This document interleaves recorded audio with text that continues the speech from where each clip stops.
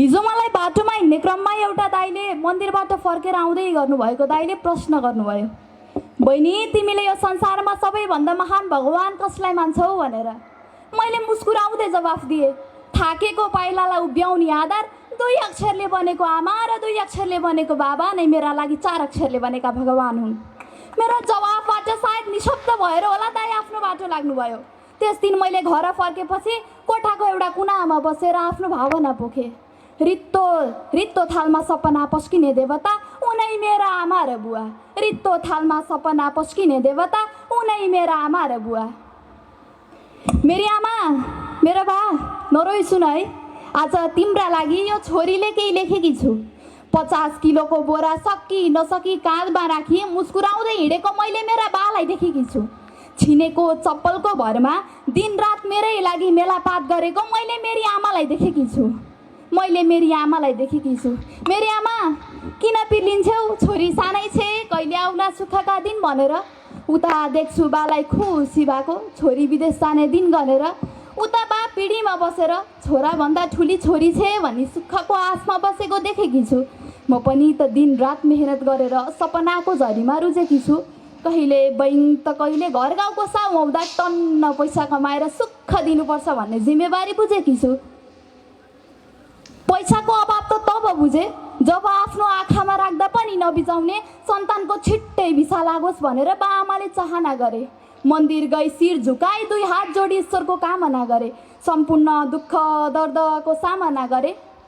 हातसम्म हिँडाउनु भयो, लड्दाखेरि उठाउनु भयो, सपना देख्न सिकाउनु भयो अनि जीवनको अर्थ बुझाउनु भयो। उनै मेरा भगवान आमा र बुवा, उनै मेरा देवता आमा र बुवा। साँझ परेपछि घरबाट बाहिर निस्किन नदिने मेरा बा।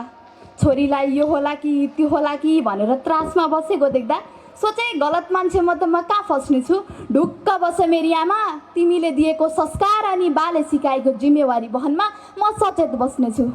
वर्षौँ दिनदेखि कोट प्यान्ट लाउने आशमा बसेका मेरा बाको इच्छा पुरा नगरी त म कहाँ यसै बस्नेछु। वर्षौँ दिनदेखि कोट प्यान्ट लाउने आशमा बसेका मेरा बाको इच्छा पुरा नगरी त म कहाँ यसै बस्नेछु। भन्छन् शत्रु खोज्न टाढा जानै पर्दैन भन्छन्, शत्रु खोज्न टाढा जानै पर्दैन भन्छन्। आफ्नै आफन्तले फलानुको छोरी यस्ती उस्ती त्यस्ती छोरी हुन भन्दा त नभएकै राम्रो भनेर कुरा काट्दा मन त दुख्छ होला नि है मेरी आमा, मेरो बा। तर बाचा गर्छु छोरी होस् त यस्तो होस् भन्ने अवश्य बनाउनेछु।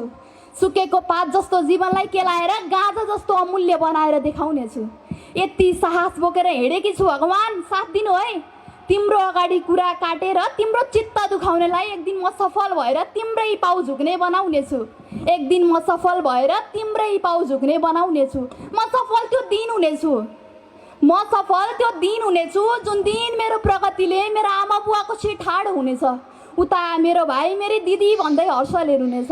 मलाई गिराउन र मेरो आत्मबल कमजोर बनाउनका लागि रचिएका षड्यन्त्र सम्झेर आफन्तलाई पछुतो हुनेछ। मलाई त के छ र, म त कराइदिए भयो, जिद्दी गरिदिए भयो। वर्षै पछि चाडबाडै पछि नयाँ कपडा किनिदेऊ न आमा, नयाँ कपडा किनिदेऊ न बा भनिदिए भयो, रोइदिए भयो, कराइदिए भयो। तर झुट नबोली भन्छु, आजसम्म 5 वर्ष भयो मैले मेरो बुवाको नयाँ साथ मेरो दराजमा भेटेकी छैन। तर झुट नबोली भन्छु, मैले मेरी आमाले एउटै नयाँ चोली फेरेको देखेकी छैन। कतै घुम्न जाउँ न बा, घुम्न जाउँ न आमा, माइत जाउँ न आमा भन्छु। टन्न पैसा भए पो माइत जान मन लाग्छ छोरी भन्दै गुनासो गर्छौ नि। पर्खा आमा, यतिका दिनसम्म त दुःख गर्यौ, यतिका वर्षसम्म त दुःख गर्यौ, अब 2-4 वर्ष त हो। त्यसपछि धपक्कै गहनाले बालेर राख्छु त भन्दिनँ, धपक्कै गहनाले बालेर राख्छु त भन्दिनँ। तर घरमा ऋणको बोझटाइ सुखको बास हुनेछ, तर घरमा ऋणको बोझटाइ सुखको बास हुनेछ। कहिल्यै दुःखमा राख्दिनँ भनेर स्वप्न देखेकी छु मेरी आमा, मेरो बा। जबसम्म मेरो एकमुठी सास हुनेछ कहिल्यै दुःखमा राख्दिनँ भनेर स्वप्न देखेकी छु मेरी आमा, मेरो बा। जबसम्म मेरो एकमुठी सास हुनेछ। धन्यवाद।